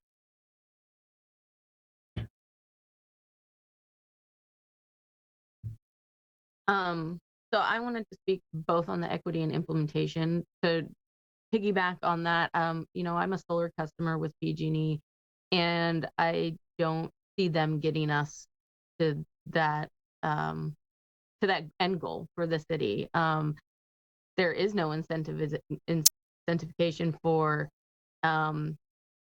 solar customers, and when you get those Energy Star or whatever rebate, they're near impossible to apply for when you get the things that they want you to do. So or you just never get them when you do apply. So I think you're correct in that we're going to need incentive to really get people there. The other issue, speaking on equity, and I'll emphasize this, it's so important, as you pointed out, that we have these incentives and funds for low income people who won't be able to pay for these upgrades. I'm 100% in support of this. I think, renewable is the way to go and what we need to do. But the other thing is not only low income people, but you have to consider people who live in like the northern part of the city. We live in older homes with older infrastructure. And so people who may not be considered low income based on the numbers, thinking about the absorbent amount to go fully electric. I mean, we've been looking into that ourselves, and you need 2 whole house batteries, and I have a tiny house, so I still need 2 whole house batteries. You need electric water heater. Most of the electrical is not set up for any of that stuff. You'd have to get your panels moved. You'd have to get new panels. All of these costs that like a homeowner who might be, well into middle class, sitting there going, wait a minute, I can't afford that. That would be more than anything I've saved in, years, right? Because it's tens to hundreds of thousands to $100,000, not hundreds, but to about $100,000 to get all that stuff done. And especially people who are like, oh, I'm going to get an electric vehicle and all that stuff. So there has to be incentives across the board, that we have to focus that the need is on those disadvantaged communities, the people who need it the most, but you also need to be able to offset it. There may be consideration for like a sliding scale, like maybe, okay, or some sort of scale, your house is this many years old and, you might need this much help or something like that, a financial assessment or something, it's a little bit more burdensome on the city, but I think, it's going to be super burdensome on the people of West Sacramento, and you're not going to get people to comply if they just outright can't afford it, or if they're taking out, a second mortgage on their house or something to do it. So that's one thing we really have to consider, because the majority of West Sacramento aren't the new homes that are going to be easily converted. So, it was to get solar in my house, it was a bear. So, and my house was built in 1955. And I have neighbors that can't even afford solar. And so that I can't even imagine what the impact on them. But like I said, I'm 100% for it. It's just, we really need to, and I don't have a magic button to or magic answer. We just need to really figure out how that financially is going to work for everybody. Yeah, I think you really hit sort of the crux of the issue in front of us, is that, there can be a very high cost barrier to doing what we need to do, but at the same time, we still need to do it. Right. The cost of not doing it will be much greater.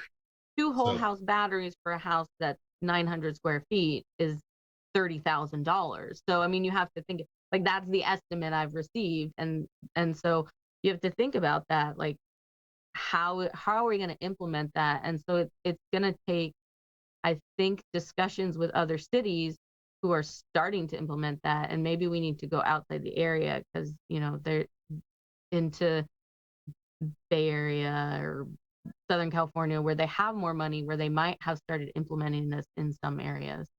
So, or partner with somebody like Tesla.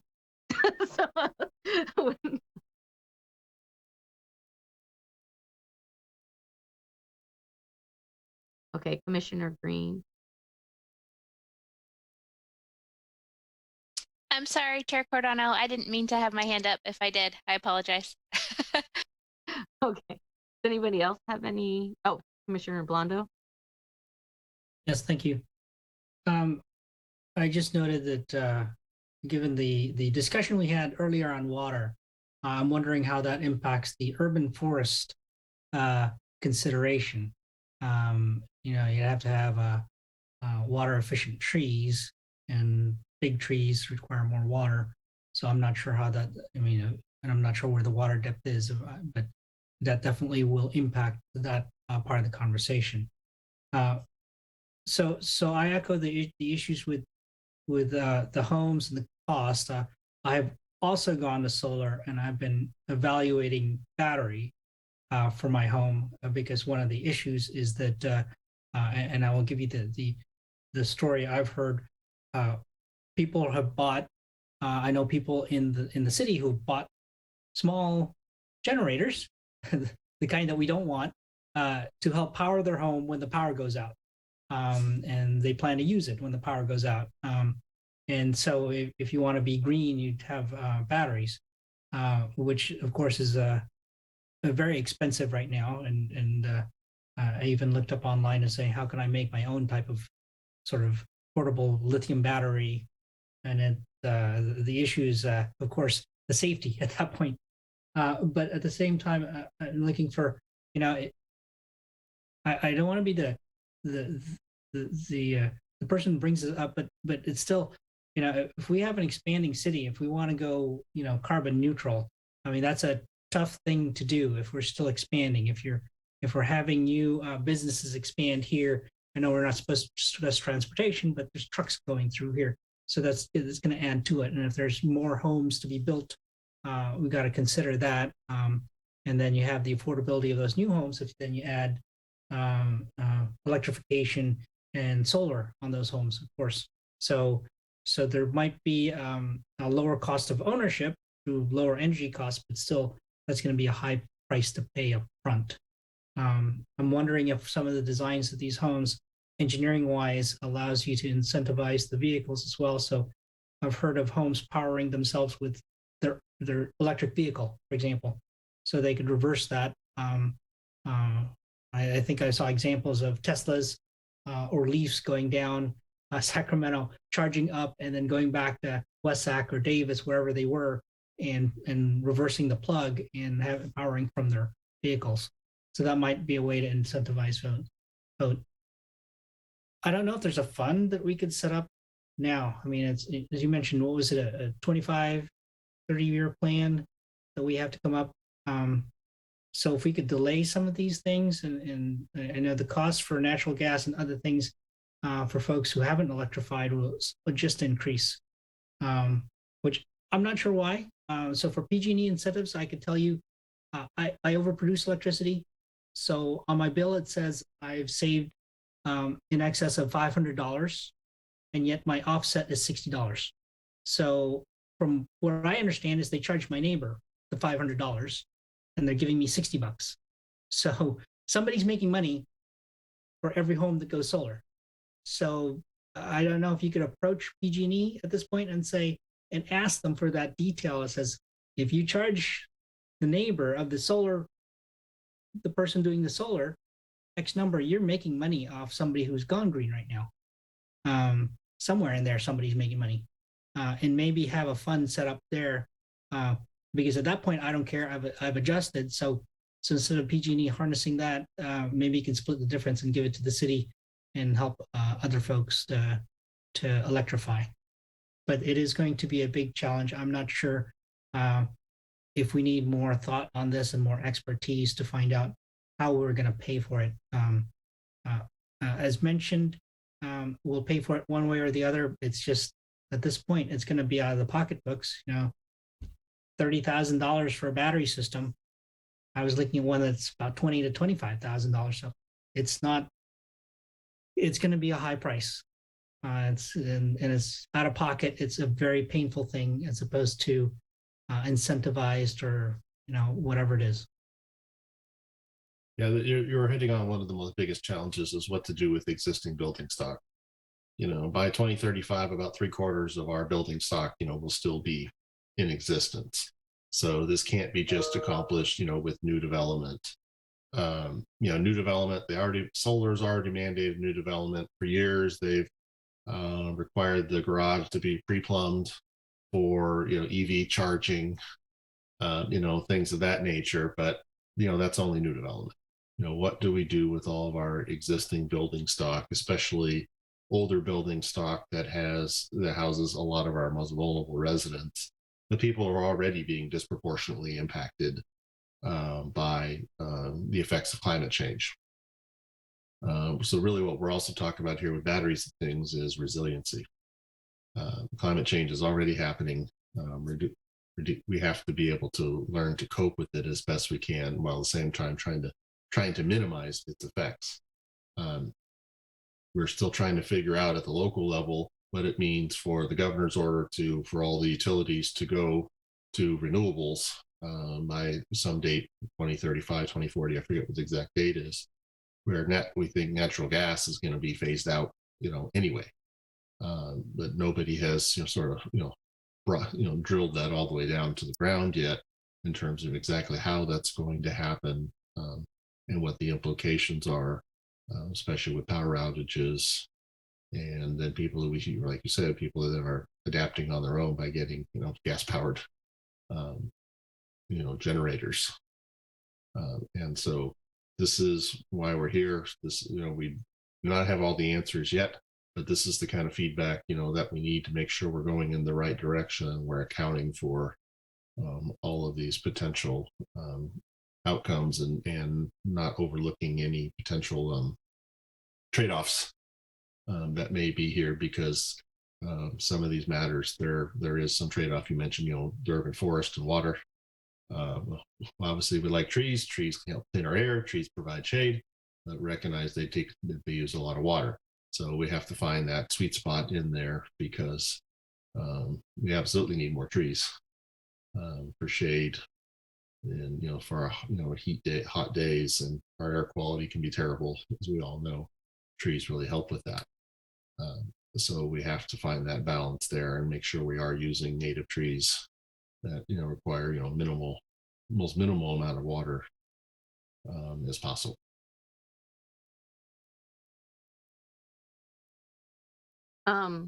So I know I said it as kind of a joke, but it's thinking about partnering with a company similar to like Tesla or something might be a good thing to look into.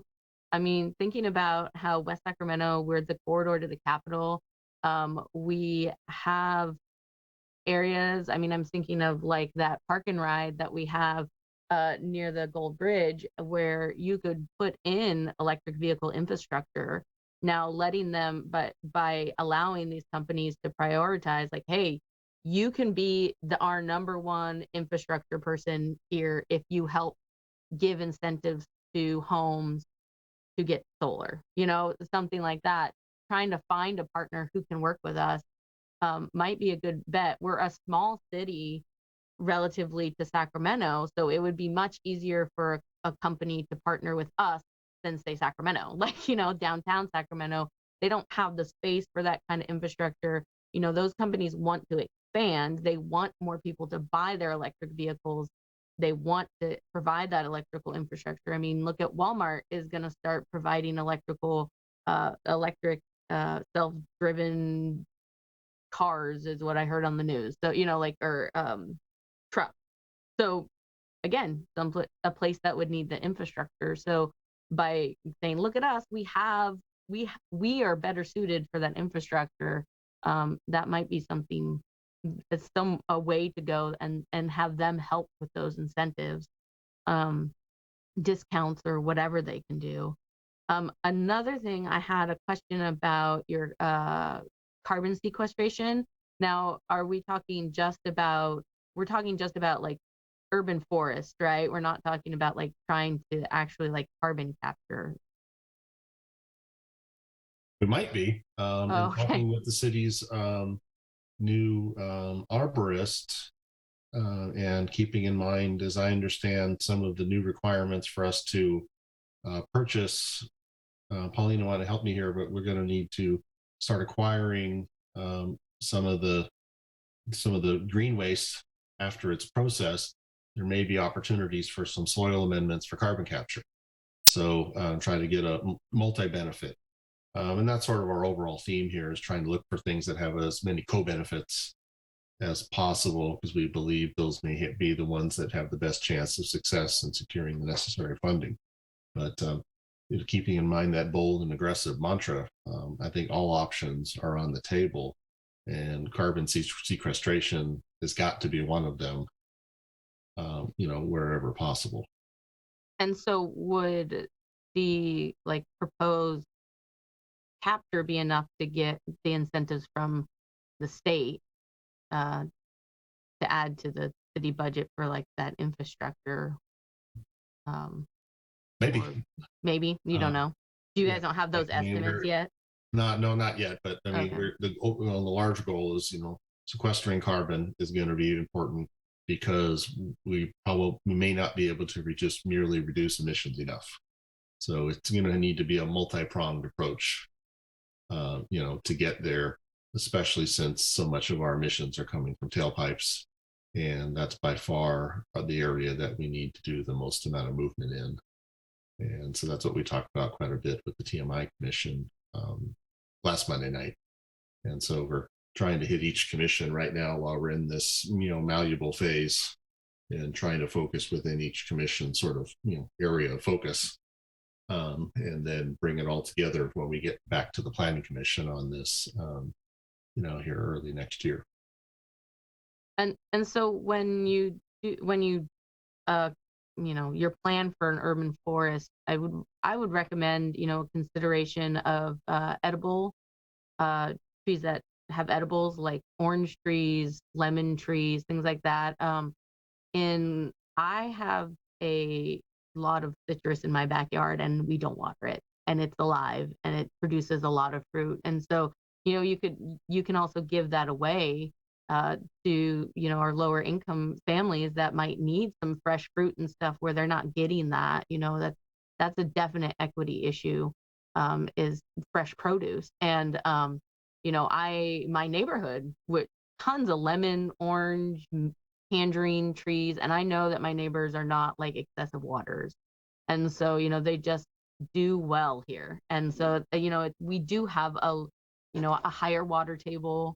We have good drainage soils, especially as you get closer to the river. So that is something to consider. Maybe with some, I don't know, like we have some open lots that nothing have been done. Maybe the city can acquire them, or like these, um, and put some trees there. It also helps with groundwater cleanup, just so you know. If you have trees there, that can help with that.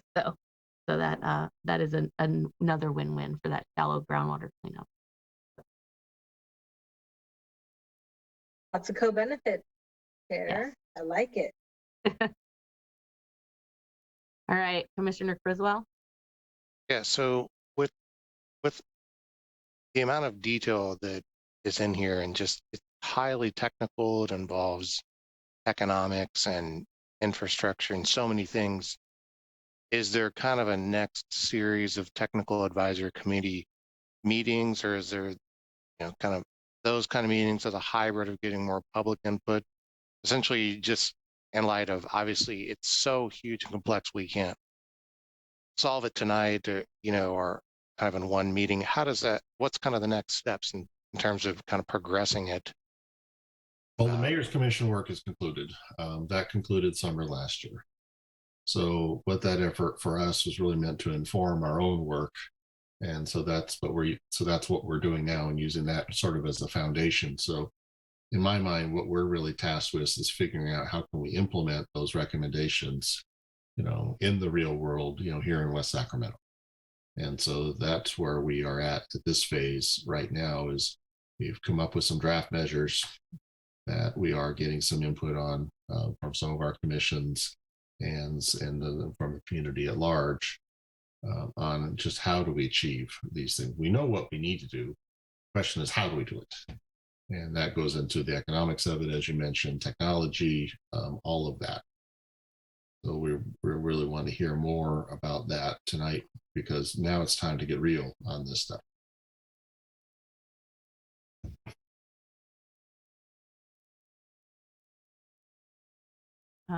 Commissioner Criswell, do you have anything else? Because I'm just, I'm thinking in terms of, it's such a big challenge that there may be certain things that the community at our local level is going to do the maximum that we can do. And then if there's certain other things that come at a scale level that only, utility can do, and we're going to go up to higher levels to the state or even federal to deal with those scale items. And so is there, I guess, just not being able to just kind of solve the whole thing because it's so huge. How do we practically go forward, but also recognize that you can't just speak and make it happen, right? So for instance, we say we don't have 100% electrification. We're going to have, 90%. And then the electrification we can't get, we're going to find some other carbon negative thing to compensate for it. We are going to do everything we possibly can in this regard. And if we got to 90% electrification, I'd take that in a heartbeat, because that would be tremendous. and that would really move the needle. Maybe not all the way there, but I would take it. But I still think our biggest challenge is trying to figure out more on the mobility side of things, because that's where our biggest sources of emissions are. But all these things are interrelated, and the incentives, need to help. Your previous item, that was all about climate. Water wasting is climate. That's electricity. That's emissions. Every gallon of water that you use at your house has electricity or energy applied to it 7 to 8 times. By the time when it first comes out of the river, and then eventually goes back into the river. So anytime we can save water, you're saving energy and thus emissions and helping climate too. So that's an important part of that dialogue. So we are partnering with Sacramento and our other regional partners here in Neola County on matters, trying to make sure that everyone is moving forward in the same way, and then helping our region, hopefully be a good example of cooperation, but also realizing that no one jurisdiction can solve this problem on its own. But that was the biggest emphasis of the Mayor's Commission, and why it had such a diversity of backgrounds on that commission, and then hundreds of people participating in it from all walks of life. And those things that came out of that report, as much as they were, stated in there for Sacramento, West Sacramento, any community in this region could adopt similar measures. We are not that, we are not that much of a unicorn to where a Roseville or an Elk Grove or a Woodland couldn't, do very similar, similar things and really help this region do better. Because we do in our region, we definitely have some unique impacts of climate change. Specifically the wildfire, smoke, and drought. That impact us, greatly. And then the most obvious one that impacts us all, and the most tangible one, is our extreme heat, that we have, and that things are only getting hotter, which further strains our resources. So we're trying to be a good steward and good leader in this particular arena, but we do need to be working with our partners in the region and also at the state level to help achieve these goals on a broader scale, and to make sure that everyone is trying to do their part, so that also everyone remains, on an even playing field. And we have our opportunity here, and we are someone. I think one of the previous commissioners mentioned that growth. We are very much a growth city, and from a regional standpoint, we will always be a growth city. And so when our growth occurs here, it means that it's not occurring elsewhere, in the more sprawled out part of the region.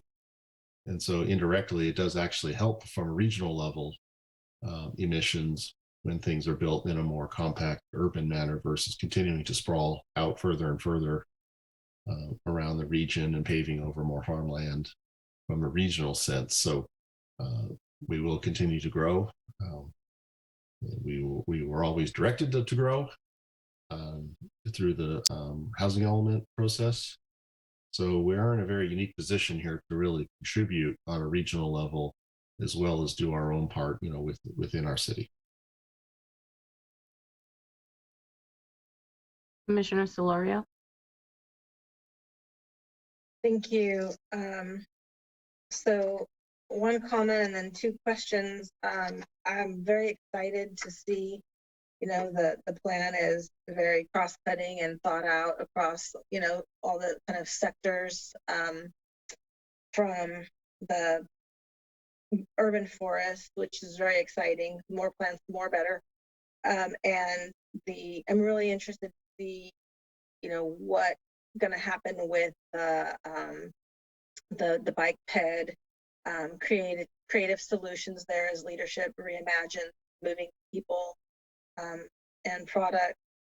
I think that's a nice fit for just increased public engagement, for buy-in and just excitement and some creativity. And I'm sure that that's already been happening, but just continue public engagement and buy-in, to help the momentum there. Like with the urban forest, considering also engaging the youth with schools. So some organized partnerships with schools to get the children involved in some of those educational opportunities, which benefits us all for things like urban forest. And then a couple of questions. One on, I noticed the mandate all electric for new construction, and I'm wondering, the state hasn't gone that far in the recent update to the building code. Is there discussion that West Sac could possibly act first in that, or is the idea that to be ready as soon as the state updates its codes next? Because that's probably coming in their next update. But so that's the one question. And then I'd like to hear a little bit more about any discussions or near-term action on the aggregated community power. I forget the exact term for it, but community aggregate. So we did talk about that in a prior meeting as something that is a very likely and hopeful path to get us where we need to be. So I'd like to hear a little bit more on that. Any updates or thoughts, or like where's the hopeful window there? Like what's our easiest path to that? What needs to happen there? Thank you. All right, there's a bit to unpack there, but we'll try to start it. I'd like to see us do an electrification ordinance, sooner rather than later. Sacramento, to their credit, has already done so. Coming off, that was what they did right out of the chute after the mayor's commission process ended, is they adopted a building electrification ordinance along the lines of what's in the mayor's commission report. So that's something that I would very much like to see us do as well. Especially, we look into our crystal ball where the building code is going. I forget when the next triennial update is due, but that's something we can do right away, much the way Sacramento has done, to their credit.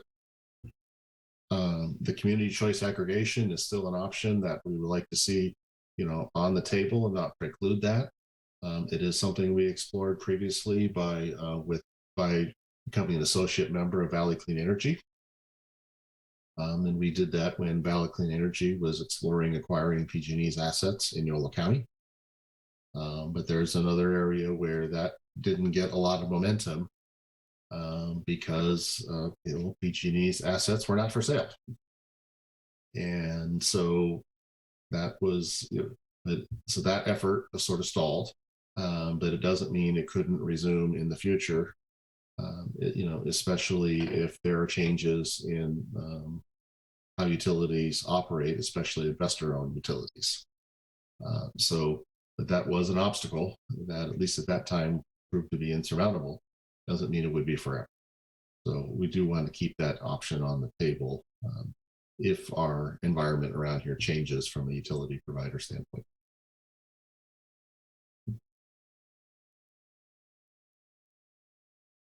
Do you have anything else, Commissioner Solorio? Your hand is still up. Sorry, no, I didn't, but I was just kind of thinking about what David said. And so is the only way that we can have community choice is if the basically presiding IOU is willing to sell. We need to use their assets. That's what's happened in other places. Yeah, I mean, these groups like Valley Clean Energy don't go out and build their own distribution network. They really sort of layer on top of what's already, on the ground out there. So it's, other communities in the county have been part of it, and I think they're doing the right thing. I don't know that it has any direct cost benefit to those ratepayers, but it is, has been successful models, especially in Solano, I believe Solano County, moving over toward, the Fairfield, Vacaville, that area. They've had a lot of success in that regard. But for us in our geography, we're so close to SMUD. Just that darn river being in the middle. It may make more sense for us to go that direction than attempt to work with a Valley Clean Energy type group to do an acquisition of PG&E's assets, especially if PG&E is not amenable to doing so. So all options are on the table, but if I were a betting man, I'd probably bet on moving to SMUD before the city or Valley Clean Energy could acquire PG&E's assets in this region. Thank you. Commissioner Blondo? I just want to take David's bet. So we had that vote some time ago that SMUD, for whatever reason, we didn't vote to move to SMUD. Given this new mayor's commission and the outcome, I'm wondering, I would be willing to recommend that the city investigate with its partner cities, because it's the mayor's commission and Sacramento was involved, to do whatever arm twisting is necessary with SMUD and whatever politics needs to happen to make that happen. Put it back to a vote if that's what's required. Do it again and provide all the information at this time, because that is we should have the power of this commission now behind us. I sure like to think if that were put to the vote of the West Sacramento residents again, that it would probably pass with a pretty high margin compared to when we tried that, was about 15 years ago now, thereabouts, where it did not pass. Different world now. And I'd sure like to think that would pass, but that is something that is being explored, the feasibility of it and what will be the best mechanism. So hopefully we will have more intel on that, in the near future, but it is being worked on. Thank you. Thank you. One last note, I just want to commend everybody in this tremendous effort at the city of West Sacramento. This is no easy feat at all. Some of us are professionals that work in climate change and we understand the difficulties, and to have to convert a city over to 100% electrical or even 90%, that's just, and it's amazing that you guys have this as a goal. And so, I just want to commend you for that effort. So thank you. Does anybody else have any comment? No? Okay. Well, thank you very much, James and David. I appreciate it a lot. Thank you. All right. That moves us to our general administration function part 2. Environment and Utilities calendar. Our next regular meeting will be on December 13th, 2021. Do we have any reports from the city staff? Yes, Chair Canano, we do. First, I want to let you know that the correct attachment for item 3 has been posted to the commission website. So sorry about that. So the strike through is there, and it's listed as an edited attachment, so it's clearly posted. And then Ryan's kind of stole my thunder. I am retiring at the end of the year, so this will be my second to last EU Commission meeting ever. So I just want to let you guys know about that. And then I just wanted to update you really quickly. We did take the SB 1383 implementation plan, the draft that we presented to the Commission back in October, went to the Council on November 3rd. And overall, I mean, as you all remember, it's a huge effort and there's a lot of information to be presented. We did update the gap analysis information. An error was found. Actually, Commissioner Blondo pointed out some interesting numbers in that table, and it turns out there was a math error, thank you, that we corrected. And we also did some further analysis. And so those were sort of high-level planning estimates. We dove a little deeper into the amount of time we think that outreach and site visits, and especially the record-keeping effort, will take. So there is a change in the staffing level cost from about $24,000 up to $114,000 So significant lift. Yeah, when we put that plan together, it was based on some rough estimates, and we knew we were going to tighten it up before it went to the council. The error that Commissioner Blondo found was a small part of that. The bigger part was just underestimating the level of effort from staff. When we looked at some of the reporting, especially the record keeping, it's huge. It's a big lift. So we presented that information to the council, and like the commissioners, they too were concerned about the impact to our ratepayers. The good news is that a CalRecycle staff person was in attendance, and they informed us that CalRecycle will be releasing in a few weeks a new payment program. Some of the funding that came out of the governor's budget is dedicated towards SB 1383 compliance. We don't know any details about what that looks like, how much money, but at this point, we're hopeful that it makes an impact and will reduce the cost for our ratepayers at least a little bit. She said in a few weeks we should get some details. So that was good news. Last thing is that the code was also presented at that meeting. It will be adopted on the 17th, and that's our enforcement ordinance as required by SB 1383, and that goes into effect January 1st. And as we told you last, we are doing only that which is required of the regulations. We're not going above and beyond or increasing the or progressing closer to the penalty deadline of January 2024. I've been saying that date. So that's all. I just want to give you updates on that stuff, and we will come back as requested at a later date, probably in 2022 will be me. But the code changes for water conservation will progress through council in December for November 17th for workshop, December 8th for first reading, and then it won't get adopted until 2022. And once we get a little further into implementing some of the programs and the ideas that suggested, Ryan can come back and give you guys. That's all I've got. Thank you, Paulina, and congratulations. And we're gonna miss you a lot. I mean, I hope we get somebody as equally amazing as you. So. Appreciate that. Seconding that. Thanks. Does anybody have any questions for Paulina before we move on? Okay. All right. So does anybody have any future agenda item requests?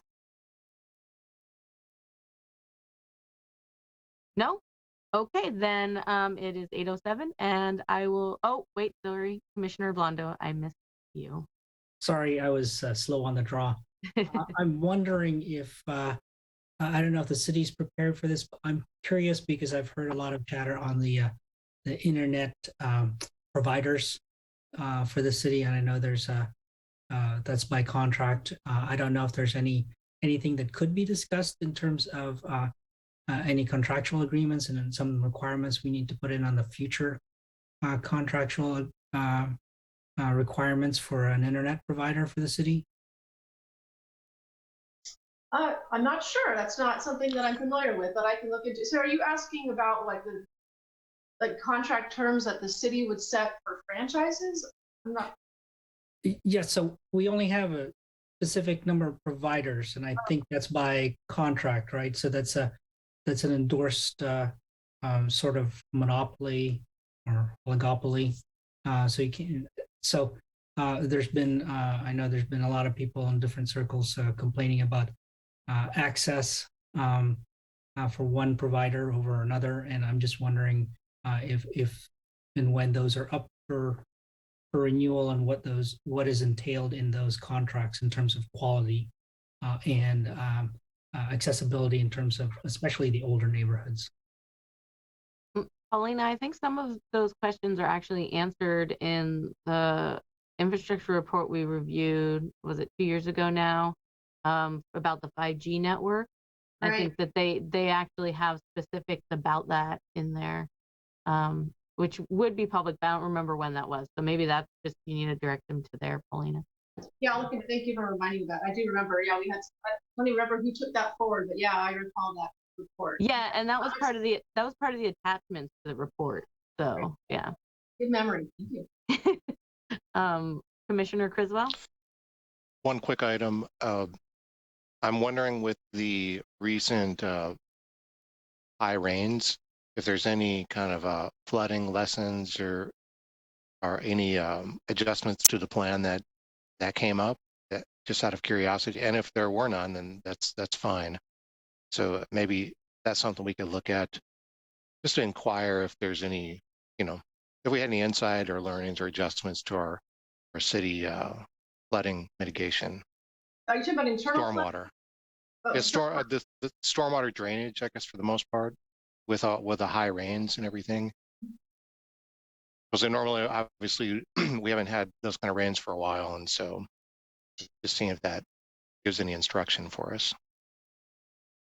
I don't know if there was any issues. Typically, when there are problems with large storm events, those types of that information is reported back out from the Public Works Department to via like our city council newsletters. I didn't see any issues, and I know that our RD900 didn't have any concerns. The one benefit of the timing of this season, and I know this only mostly because of my connections of other people and relationships I have in the city, RD900 didn't have any issues because it had been so dry up to that storm event that our system was completely empty.